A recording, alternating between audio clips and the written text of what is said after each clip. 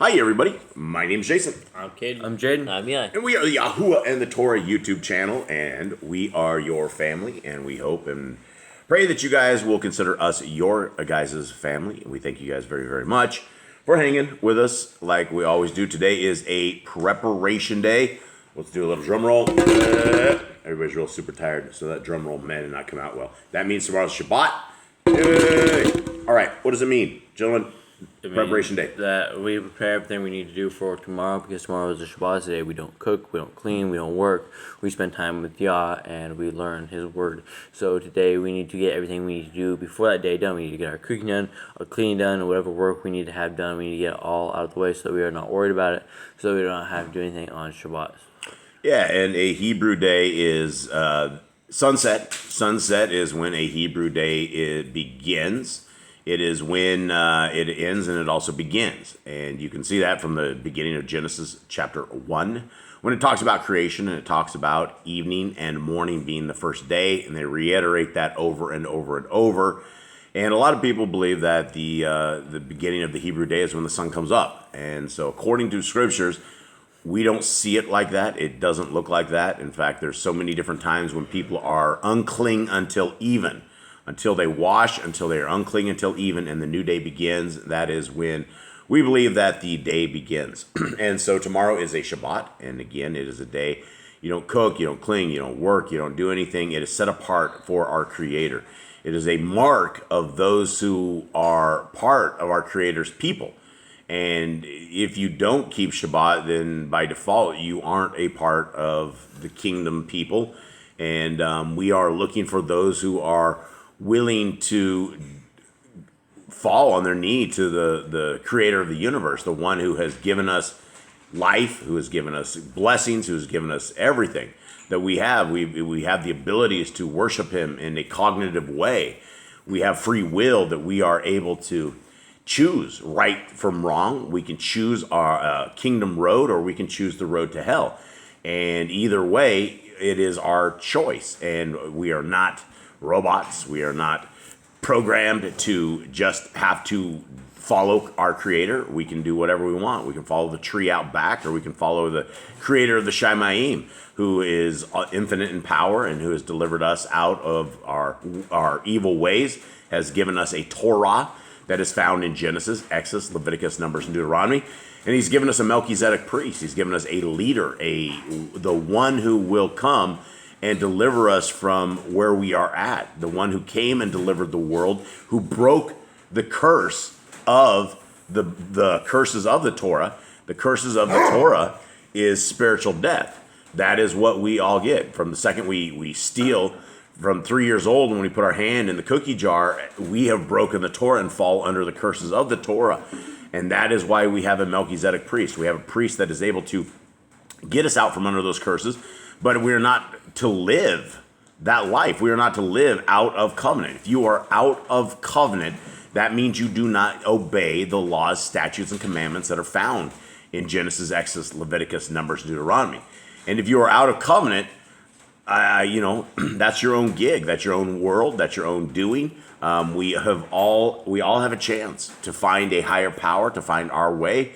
And this is what our hopefully calling is that we can grab as many stragglers out there as possible, as many people who are willing to be unprogrammed. All of us have grown up in this churchianity, in this religion. This it's literally it's a demonic Satanism of Christianity, and many people will be very, very offended when they hear something of that sort. But it is very, very true, because Christianity goes against everything that we know in scriptures.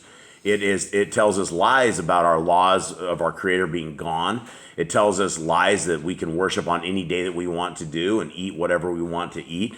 It's even lied and told us all food has been made clean, when Leviticus 11 clearly tells us all food has not been made clean. So there is a way to the kingdom, but it is not in the road that we are in, that it is Torah-less. If we are Torah-less, the kingdom is not going to be in our future. Gentlemen, how you guys doing? Good. Everyone okay? Yeah. It's the end of the week. You guys made it. Anything crazy? Anyone have any jokes? Anything good? No. No jokes? Any exciting stories? Anything good? I don't think there's anything to it. No exciting stories this week. Nothing. Everything cool. No hijinks. The cows never ran away. Hasn't run away. Didn't the cow run away this week? Finished. No, we did. Yeah, she started. Didn't we lose a cow this week? We had to put her back. Nothing else. It's just been a super easy week. We finished the Bible project. The Bible project got done this week, which was really super cool.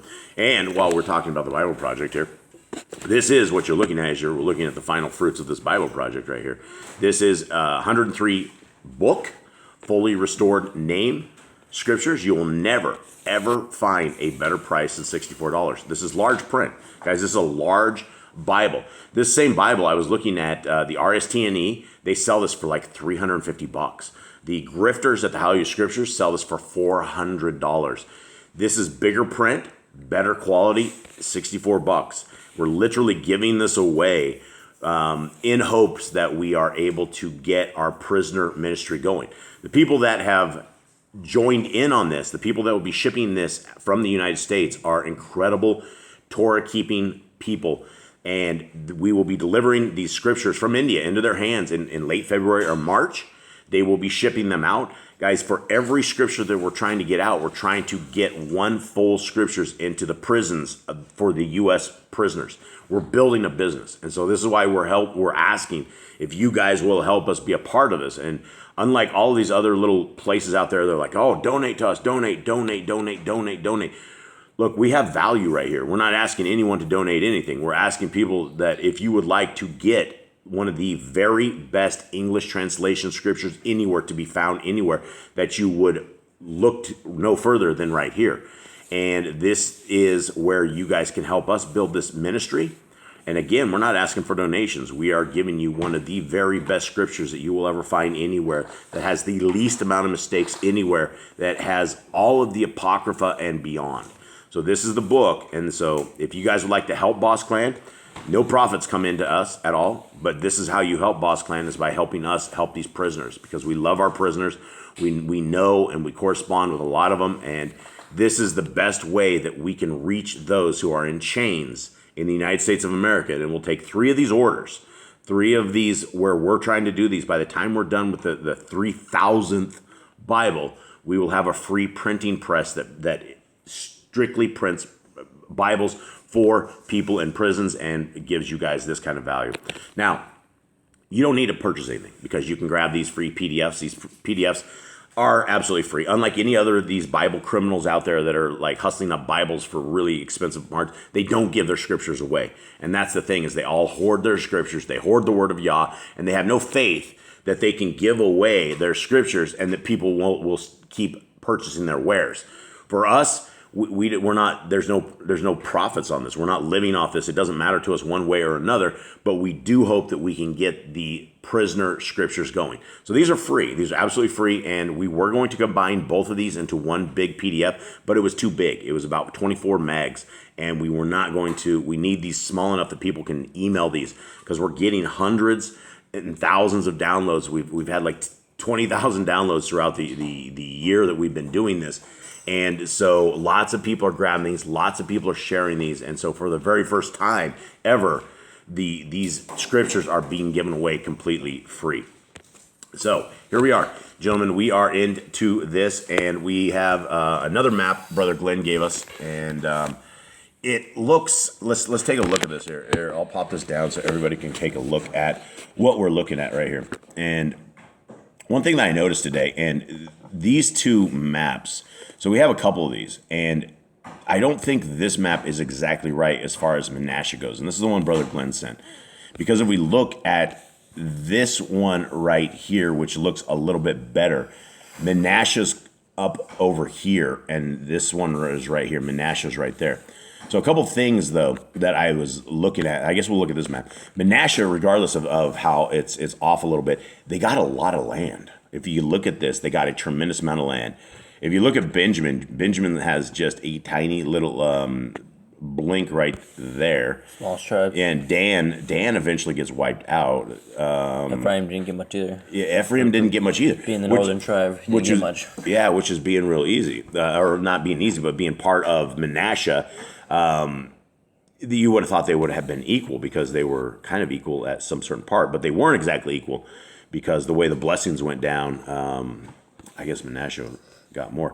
So we have Asher right there, Zebulun, Issachar. If you guys look at that, they're really, really small. Zebulun got nothing too. Yeah, Zebulun is tiny, and it was based upon the tribes, how big these tribes were.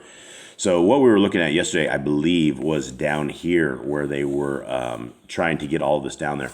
And here we have Hebron, right? Kebron. And this map, the name looks a little bit better. So we are, anyone have any comments, any kind of questions on this map? We can see the bordering lands where the people around them, like we saw Edom, Moab, Philistia. Right, and then we have the Great Sea right here. This is kind of hard to look at. It is really hard to look at, yeah, I know. They should have changed the color on the text, I think. Yeah, I don't know, but... But here we can see all their surrounding people that are always trying to take me, like Edom, Amalek, Philistia. Yeah, and so this is a cool thing, like Israel. This map of Israel, it had a lot of ocean front or like waterfront properties, which And it's weird. This Simeon is inside of Judah's land, like inside of it. Yeah, and what's interesting, and what I was talking to Brother Glenn. Brother Glenn asked me to make sure that I clarified. Because I was talking to people and saying, you don't want to be a Jew. And he goes, well, Messiah was a Jew. And I'm like, well, let me clarify this a little bit. What you don't want to be is you don't want to be a modern day guy in Judaism. If you are in Judaism, if you've taken on the religion of the Jews, then you're taking on not only Genesis, Exodus, Leviticus, Numbers, Deuteronomy, but another 250 books or beyond that are full of regulations, like 1,000 different regulations for Shabbat.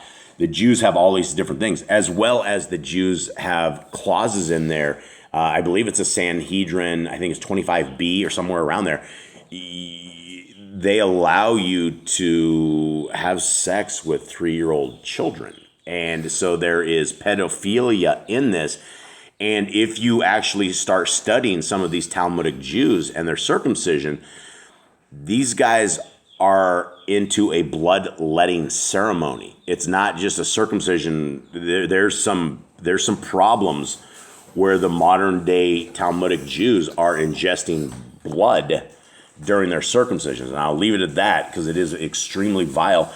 But you don't want to be a Jew. If you want to be called something, probably like Ruby said, would be called a Hebrew, right? That's what we should be called. We want to be Hebrew people. We don't want to take on modern day religions of any kind of things of this nature because it's not what we should be. We should be a child of the Most High.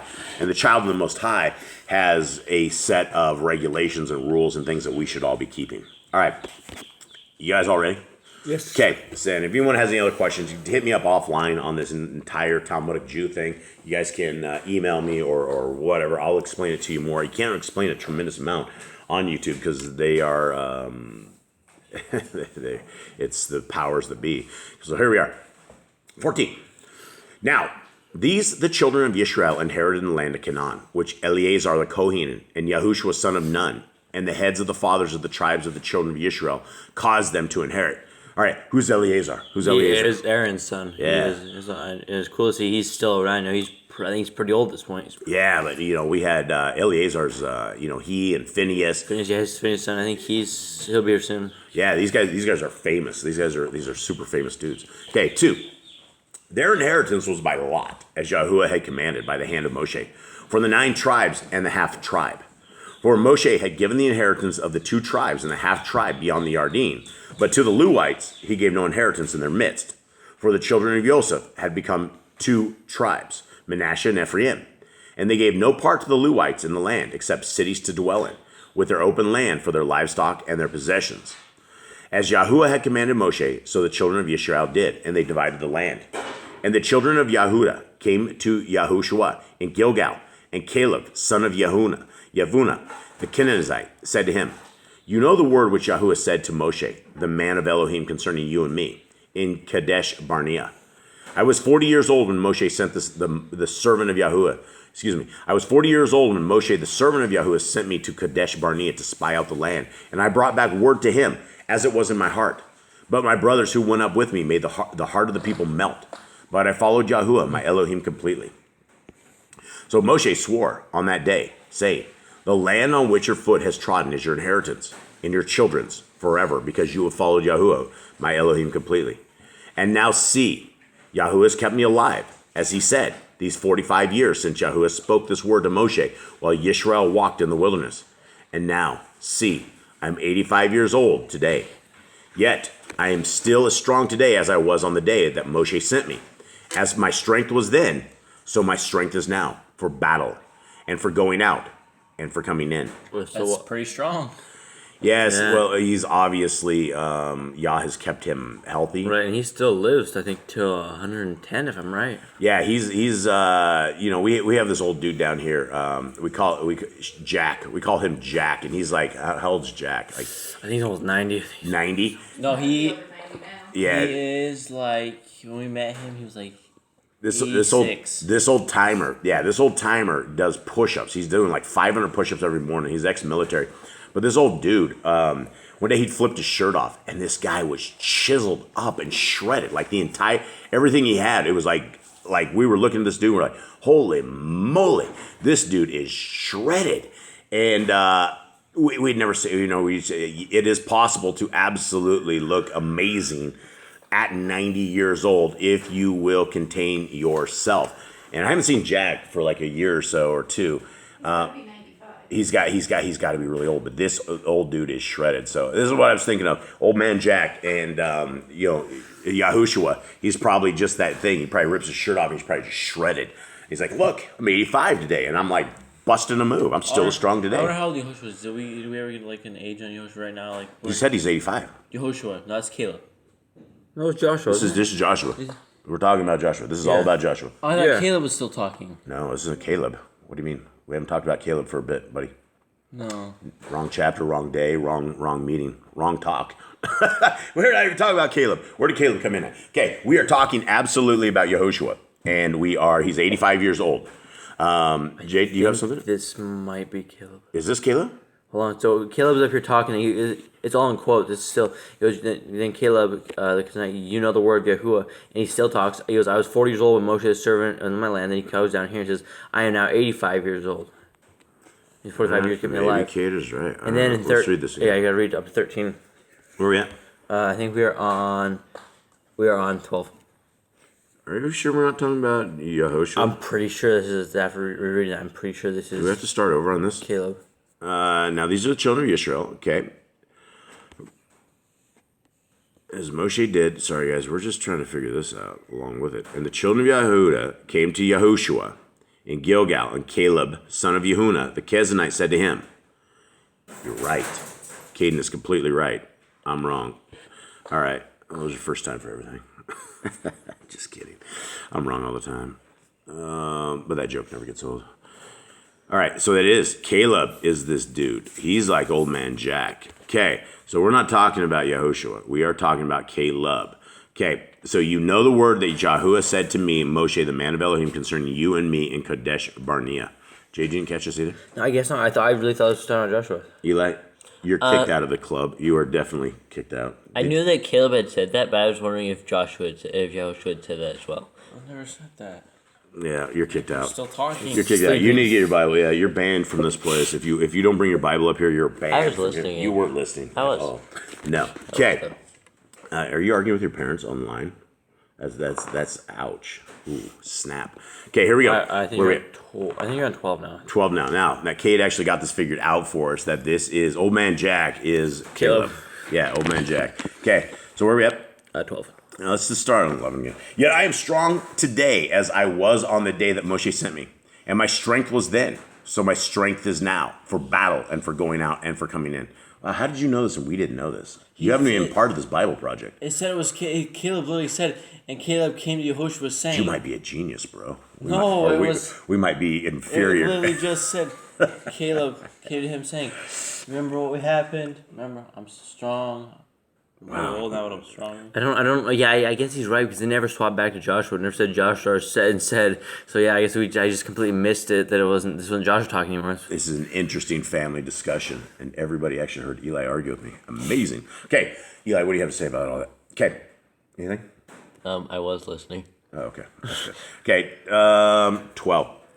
And now give me this mountain of which Yahuwah spoke in that day. For you heard in that day how the Anakim were there, and that the cities were great and walled. If Yahuwah is with me, then I shall dispossess them, as Yahuwah said. YAHOSHUA then Baruch him, and gave Kebron to Caleb, son of Yehunah, as an inheritance. So Kebron became the inheritance of Caleb, son of Yehunah, the Kezanite, to this day, because he followed Yahuwah, Elohim of Yisrael, completely. Now the name of Kebron was formerly Kirith Arba, the greatest man among the Anakim, and the land had rest from fighting. All right, so Kebron, we saw this right here. Kebron is right here. So this is what we're talking about, this particular part. Right under Judah. Yeah, well, this is supposedly like what Judah was and began the southern tribes. And that's mystical, like busting a move or something. Okay, all right, well. Another thing I want to mention is Caleb and Joshua, I think, are probably similar in age since they were both in the same generation. So they're probably both around 85, 90-ish.